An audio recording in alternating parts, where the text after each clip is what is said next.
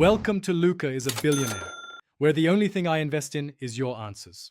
Measure 1/3 cup popcorn kernels, 3 tablespoons neutral oil like canola, and 4 tablespoons unsalted butter before you start. Use a 3.5-quart heavy-bottomed pot with a tight-fitting lid and a single even layer of kernels so heat distributes. Keep 1 teaspoon fine salt and 1 tablespoon sugar nearby for optional sweet-salty balance. Have a large bowl ready to transfer popcorn and a wooden spoon to test a single popped kernel. This prep cuts down on carryover popping and prevents burning during the cooking step. Heat 3 tablespoons oil over medium-high until a single test kernel pops within 30 seconds to 45 seconds. That indicates proper oil temperature. Add the measured kernels, cover immediately, and hold over medium heat while shaking the pot every 10 to 15 seconds to keep kernels moving and avoid scorching the bottom.